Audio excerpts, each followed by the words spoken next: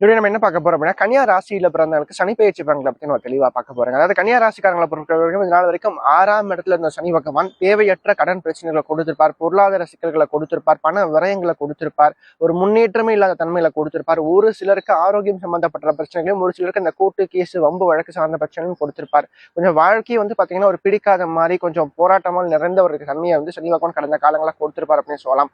அப்படிப்பட்டவங்களுக்கு 7ஆம் இடத்துல கண்டக சனி அப்படின்ற சனி பகவான் வரது பாத்தீங்கன்னா சிறப்பு என கேட்டா கண்டிப்பாக இந்த கண்டக சனியில கடன் சார்ந்த பிரச்சனைகள் குறையும், பொருளாதாரம் சம்பந்தப்பட்ட சிக்கல்கள் கண்டிப்பாக குறையும், விரயங்கள் அதாவது தேவையற்ற செலவுகள் கண்டிப்பாக குறையும். அது மட்டும் இல்லாம 10ஆம் இடத்துல குரு பகவான் அமர்ந்து ராசிக்கு 4ஆம் இடத்தை பார்க்கறது தொழில் சார்ந்த விஷயங்கள ஒரு முன்னேற்றத்தை கொடுக்கும், பொருளாதார ரீதியாக ஒரு சுகத்தன்மையை கண்டிப்பாக கொடுக்கும், நல்ல ஒரு சொத்து பத்துக்கள் சம்பந்தப்பட்ட விஷயங்கள், வண்டி வாகனங்கள் சார்ந்த விஷயங்களை வாங்கக்கூடிய அமைப்புகள் கண்டிப்பாக கொடுக்கும் அப்படின்னு சொல்லலாம்.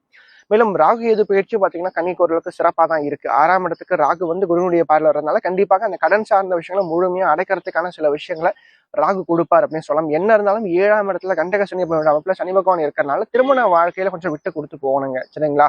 வாழ்க்கை துணையா இருக்கும் உங்களுக்கு சின்ன சின்ன கருத்து வேறுபாடு சார்ந்த விஷயங்கள், பிரிவுகள் சார்ந்த விஷயங்கள் கொஞ்சம் கொடுக்கறதுக்கான வாய்ப்புகள் கொஞ்சம் விட்டு கொடுத்து போயிட்டீங்கன்னா வாழ்க்கை சிறப்பா இருக்கும். அதே மாதிரி நட்பு வட்டாரங்கள்கிட்டயும் கொஞ்சம் கவனம் தேவை.